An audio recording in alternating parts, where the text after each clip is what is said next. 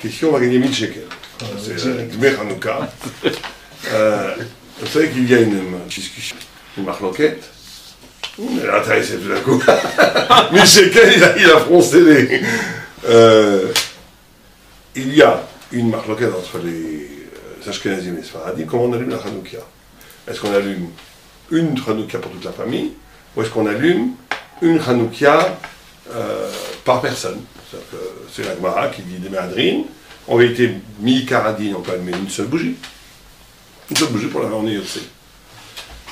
Les Méadrines, on allume premier jour 2, deuxième jour, premier jour 1, premier jour 2, deuxième jour 2, etc. Troisième, et le Méadrine qu'on allume pour chaque personne. Tosfot dit non, on ne peut pas allumer pour chaque personne parce que ça enlève le équerre, ça enlève la connaissance qu'on est quel jour. Donc ça ne marche pas. Donc il faut allumer comme les Sfaradim, d'après Tosfot, les Sfaradim ont encore des Tosfot, c'est le Rambam que le Minag, Rambam dit que le Minag Sfaradim c'est comme Tosfot, chaque famille allume une Hanouka qui est pour toute la famille. Le Makor à première vue d'Ashkenazim, c'est le Rambam. Paradoxalement, les Sfaradim vont comme le Tosfot, tout le monde dit ça, et les Ashkenazim vont comme le Rambam. Et c'est faux. Quand tu regardes le Rambam il dit qu'on allume. Comment on allume pour chaque personne? C'est le Balabait qui allume. Kenegen Nefashot qui est chez lui. Il allume par rapport.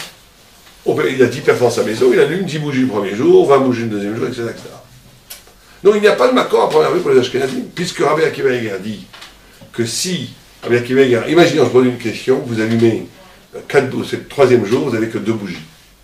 Vous avez fait la bracha sur 2 bougies ou sur une bougie, marquée il faut allumer 2. Oui, mais imaginons, vous avez allumé Kikaradin. Maintenant, tout d'un coup, votre femme vous rapporte une 4e bougie. Est-ce que vous rallumez une 4e bougie avec bracha ou sans bracha? Sans bracha. Sans bracha. Pourquoi? Parce que comme ça, parce qu'on ne fait pas de bracha sur un hidour. On ne fait pas de bracha sur un hidour. Alors comment ça se fait que le hidour que chacun allume pour lui, chacun fait une bracha? Le balabait a allumé, quand toi tu allumes après, que tu es le fils du balabait. Tu fais une bracha en réalité sur un hidour, on ne fait pas de bracha sur un hidour. Puisque je dis pour nos téléspectateurs d'Internet, qui ne seraient pas personnellement initiés, la mitzvah de Hanouka, c'est une bougie, c'est tout, par jour. La mitzvah de hidour, c'est d'embellir la mitzvah. C'est intéressant que ce hidour soit tellement remarquablement signifié, justement par rapport au combat de la Grèce, dont une des forces est faite, c'est la beauté, l'esthétique, comme s'il y avait aussi une lutte sur l'esthétique, pas que sur l'intelligence. On a parlé de la lutte, on en parlait aussi aujourd'hui un petit peu dans le temps. Et comme on a expliqué la dernière fois qu'il y avait 2 formes d'intelligence, il y a 2 formes de beauté. Donc la beauté juive serait ce hidour-là, mais ce hidour ne fait pas de bracha, alors comment ça se fait qu'on fait une bracha? Donc Rabbi Akiva Eger dit que le hidour, c'est que chacun ne veut pas être yotzé, ne veut pas être acquitté par la Hanouka du Balabait, et que chacun fait la mitzvah. Ce qui veut dire qu'en réalité, on inaugure une nouvelle forme de compréhension de la mitzvah de Hanouka. Ce n'est pas un dit dans la baille comme une mezouza. Par exemple, dans la mezouza, il n'y a pas de hidour de chacun met sa mezouza. Ce serait donc un dîne sur le gavra. Chaque personne aurait un chiyuv d'allumer les bougies où il habite. Ça, il n'y a pas de makor pour ça. S'il n'y avait pas le Rabbi Akiva Eger, tu dirais, bon, minag. C'est vrai que l'origine du minag du Rambam, c'est que quelqu'un le met pour tous, mais pourquoi pas que chacun participe à la mitzvah, que chacun le fasse, d'accord, il n'y a pas de problème. Mais une fois que Rabbi Akiva Eger, avec sa couchée, a dit que le minag, c'est pas simplement d'allumer Kenegad et Fashot, mais que chacun allume comme une chova, comme une obligation. Chacun fait la mitzvah. Ça veut dire qu'il comprend la mitzvah comme le hidour, comme chacun prend sur lui le chova. D'accord? Or ça, il n'y a pas de makor pour ça, puisqu'on a 2 makors. Un, c'est le Rambam, qui dit que chacun allume, que le balabait allume selon le nombre des nefashot, des personnes qui vivent dans la maison. Donc lui, tu n'as aucune raya du Rambam qu'il y a une chova. Sur chacun, sur le gavra, ça peut être une chova sur la baït. Simplement la façon d'allumer sur la baït, allume autant qu'il y a nefashot. Et de Tosfot, n'en parlons pas, lui il est contre qu'on allume plus, il dit on n'allume qu'une Hanouka. Donc d'où vient le minag ashkenazi? Il est contre qu'on allume plus de bougies qu'on va allumer Kenegad et Yamim. Et si on veut allumer une bougie, d'accord que chacun allume sa bougie? Non. Si, non? Voilà, ça va. Non, prends la Tosfot après, il dit que tu fais le minag, que tu l'as 1, 2, 3, 4, mais que tu n'as parce qu'il veut que les jours soient nikar. Il ne veut pas que plusieurs personnes allument. Mais si on fait juste la madrine. D'accord, mais on ne fait pas ça non plus. Les Ashkenazim, ils allument chacun 1, 2, 3, 4, 5, chacun. Oui, on a un accord à se dire que chacun allume des bracha. Ou prends la gloire, Shabbat. D'après mon souvenir, il n'y a pas comme ça du Tosfot. Pourquoi ça vous suffisait pas le fait qu'il y a chacun les mitraven, mais mechaven no latzet? Parce que ça voudrait dire que tu comprends la Hagdara de la mitzvah, que ça indique dans le Gabra, que chacun a une obligation. Oh, il n'y a pas d'accord pour ça. Même si chacun n'a pas d'obligation, ça reste qu'il a le droit de vouloir être... Oui, mais pas. Si quand tu fais une bracha, si la mitzvah est sur le bait, Tu fais pas ce que tu veux. tu fais une, comme la mezouza, tu mets une mezouza, tu veux mettre une deuxième. Ouais, stam, la kavana de bait, ça sert à rien si la mitzvah est sur le bait. Il n'y a pas de macor pour ça, à première vue. Lis le Tosfot, Rafalef. מהדרין למהדרין נראה לרי, לבית שמאי ובית הלל לא קיימה אלא הנר אישו ביתו. שכן יש יותר הידור דאיכה יקרה כשמוסיף והולך. כן. מחסר קשור כנגד ימים ונכנסים. אבל אם עושה נר לכל אחד, אפילו יוסיף מכאן ואילך לקה יקרה. שיסברו שכך יש בני אדם בבית. Bidiouk. Donc il n'y a pas ici de accord que chacun allume un. Il y a marqué dans Bet Shammai et Bet Hillel, c'est quand chacun allume un. Mais que tu n'allumes qu'une. Mais si chacun allume, alors on ne fait pas ça. Donc à première vue, il n'y a pas de macor. S'il n'y a pas de macor, on est embêté. Quel est le macor? Donc ceux qui me trouvent le macor, quand même, Milchek. Après, maintenant, avec les trolls aussi.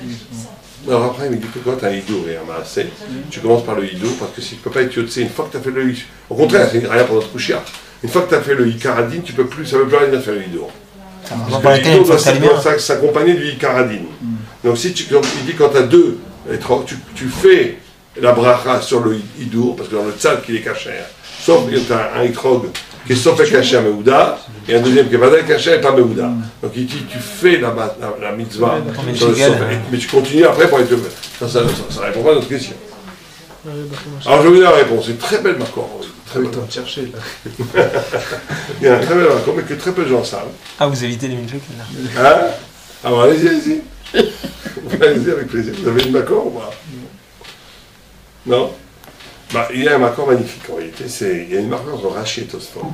Bon, aujourd'hui c'est un peu exceptionnel, comme c'est encore un petit grille-poule, mais c'est pas grave. Il y a une marloquette entre Rashi et Tosfot. On va essayer après d'interpréter cette marloquette et de voir peut-être d'une optique d'une perspective maralienne. Mais est-ce qu'on doit allumer Pétar Beto dans sa maison ou devant le Khatser? Tosfot dit devant le Khatser et pas devant la porte de ta maison. Et Rachid dit dans le porte de ta maison. Tosfot amène deux rayas, deux preuves que on doit allumer dans le Khatser. Une preuve qu'il amène, c'est l'histoire de Chachoud. On dit que la loi dit que tu veux être, quand tu as le Khatser qui a des deux côtés, tu dois allumer des deux côtés, la première avec une bracha, la deuxième sans bracha, pour que les gens pensent qu'on n'allume pas, pour que les gens n'arrivent pas à croire qu'on n'allume pas ici. Première, Rachid répond à cette couchière en disant c'est pas une couchière parce qu'on peut très bien avoir une maison avec deux portes. Et que même si tu as allumé, que les gens ont vu que tu as allumé, ils vont croire que cette porte appartient à quelqu'un d'autre et que quelqu'un n'a pas allumé. Rachid invente une nouvelle forme de rachat très intéressante, qu'on ne veut pas que les gens croient qu'un juif n'a pas fait une mitzvah. Parce que tu ne vas pas soupçonner le bonhomme de ne pas avoir fait la mitzvah parce que tu vois qu'il allume. Mais comme on ne sait pas que la deuxième porte est à lui, on va dire tiens, il y a un gars ici qui n'allume pas. Donc ça suffit pour faire une takana qui doit allumer pour que les gens ne commencent pas à soupçonner qu'il y a un juif qui ne fait pas la mitzvah. Bon, c'est un peu caché sur Rachid, mais comme ça Rachid dit. Le deuxième raya que Tosfot y amène, c'est ça le makor, il dit qu'on peut, il y a une Mishnah qui dit que si tu as une fiole d'huile avec deux petits lots de chaque côté, une petite fiole de chaque côté, ça peut être deux personnes peuvent être acquittées avec ces deux. Tu as la fiole qu'elle a, tu as une mèche ici, une mèche ici. Tu peux allumer un, Rouven il peut allumer ici, et Shomo il peut allumer à gauche. Tosfot il dit, si on a Pétar Beto, il n'y a pas de bonhomme, ça ne peut pas exister. Donc, bravo. Et ça ne peut pas exister si c'est comme ça. Donc c'est forcément un Khatser. Un Khatser, oui, tu peux avoir deux bonhommes qui ont deux maisons dans la pétard à Khatser, un il allume à gauche, un il allume à droite, c'est bon. Donc tu vois qu'on allume dans le Khatser. Rachid dit un mot pour répondre à cette couche en vérité. Il dit les méadrines. Un seul mot, les méadrines. Rachid. C'est quoi les méadrines? Non, c'est les pétards béto. Et deux personnes peuvent être acquittées en allumant les pour être acquittées de les méadrines. Donc le Makor de Ashkenaz, c'est Rachid. Puisque tu vois, Rachid en disant les méadrines pétards béto, ça implique minéoubé, de façon logique, que deux personnes qui habitent dans la maison peuvent s'acquitter de la mitzvah. En plus, après, tu peux pas dire que c'est une personne qui allume les deux. Parce que ça ne marcherait pas dans la chante de la Mishnah qui dit Shne Nadan Yotzim Yadechovatam. Aussi, d'après le Rambam. Non, parce que de un, c'est toi qui as le chiyuv. C'est un chiyuv sur le gavra, sur la baït. Donc c'est pas deux personnes. C'est une personne qui est chayav, qui allume Kenegen des fachot. Ça s'appelle pas que deux personnes sont yotzet Yadechova. Donc, pour que deux personnes soient yotzet Yadechova les méadrines, c'est forcément que deux personnes de la même maison allument, simplement un des deux est les méadrines.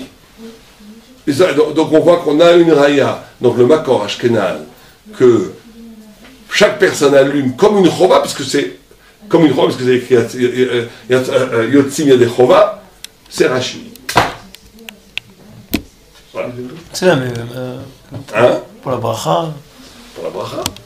Donc, une bracha, parce que c'est comme ça que Rabbi Akiva Eiger a défini que le hidour, c'est pas. Donc le hidour, c'est pas de rajouter des bougies. Le hidour, c'est de multiplier les chovat. On avait posé la question.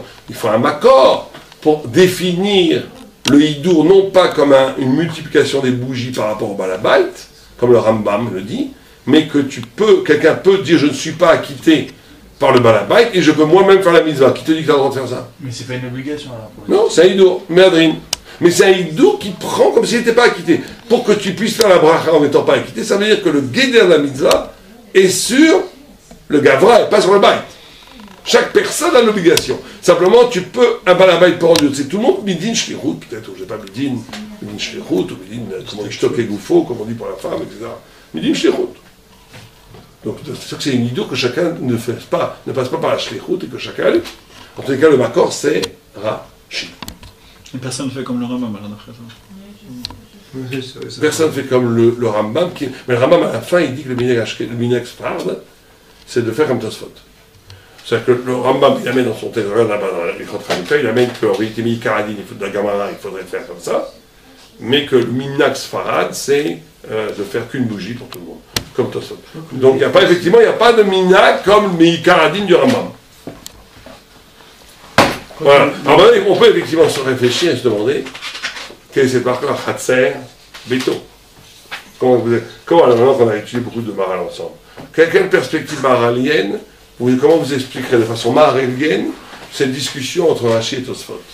Est-ce qu'il vaut mieux allumer près de la maison, même s'il y a moins de Pirsou Bénissa, mais la bougie est plus reliée à l'identité de l'allumeur, on va dire, ou bien d'allumer à la sortie de la Khatser, où c'est dans le Réchut Arabim, où il y a beaucoup plus de Pirsou Bénissa, c'est-à-dire de proclamation du miracle, mais où le rapport avec l'allumeur est faible, parce qu'il y a plusieurs personnes qui habitent dans ce Khatser. Que la mitzvah est tournée vers la criminalité de l'homme, ou Ouais. c'est le combat de la Chitzoniut. Ouais. Ou à combien on peut sacrifier ça au Hniout pour le Hniout des autres, peut-être aussi. Voilà, tu peux aussi prendre ça. Ouais. Ouais, très bien. Ou bien tu vas dire que c'est peut-être un des nœuds de Mizat Hanouka. Un des nœuds de Mizat Hanouka, c'est justement la graisse et la lumière extérieure. C'est la lumière qu'on connaît, c'est la lumière de la communication, la lumière de la cité, la lumière, l'information intellectuelle qui nous est adressée perpétuellement à travers les signes que la société nous envoie. Or, il s'agirait peut-être à Hanouka de faire un retournement où c'est la lumière intérieure qui doit éclairer l'espace public. Normalement, l'individu est conditionné par l'espace public. Il pense comme le public veut qu'il pense. L'Internet, la télévision, les médias, les journaux, le discours public n'est qu'une méga tentative de formater la conscience humaine selon le diktat du social.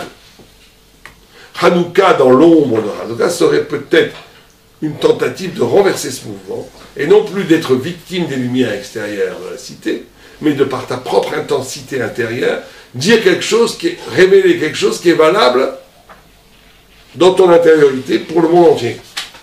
Et que c'est peut-être ça, donc, peut-être que dans ce couple, comme vous l'avez très bien souligné, entre la lumière intérieure et le devoir de rendre universelle cette lumière intérieure, qu'est-ce qu'il emporte? Qu'est-ce qui emporte? L'intensité de l'intériorité de ta lumière, c'est l'identité de cette lumière, qu'elle soit préservée à tout prix, même si elle va éclairer un peu moins à l'extérieur. Ou que cette lumière se détache un peu, s'universalise, se détache un peu de ton identité pour qu'elle puisse avoir un affect beaucoup plus fort dehors. C'est ça la marloquette maralienne qu'on pourrait dire entre Tosfot et Rashi. C'est un peu le combat de chaque homme, mais chacun doit se poser cette question au moment dans sa vie. Est-ce qu'il doit rester tourné vers lui, quitte à ne pas pousser les autres avec lui, ou sacrifier un petit peu son étude pour aider le monde extérieur à avancer dans le monde? Oui, tu peux le voir comme ça, mais tu peux le voir de façon encore plus, on va dire, existentielle. Vous savez, est-ce que on a tous l'obligation de ce double mouvement, un mouvement d'advenir en dehors de sa fonction, on va dire. Chacun est fonctionnalisé, instrumentalisé. Un docteur doit être docteur, un professeur doit être professeur. Chacun est instrumentalisé par la mécanique sociale, la mécanique du pluriel, la mécanique des gens. Et chacun se doit aussi de participer au collectif, bien entendu. Mais chacun, à un moment donné, doit être radicalement lui-même au-delà de toute considération extérieure qui l'aurait formaté. Donc il y a les deux. Maintenant, comment la Torah trouve la clé de ce paradoxe, d'être toi et d'être instrumentalisé? C'est en disant comment moi-même devient quelque chose d'universel. Quand ton vrai toi est universel. Ce que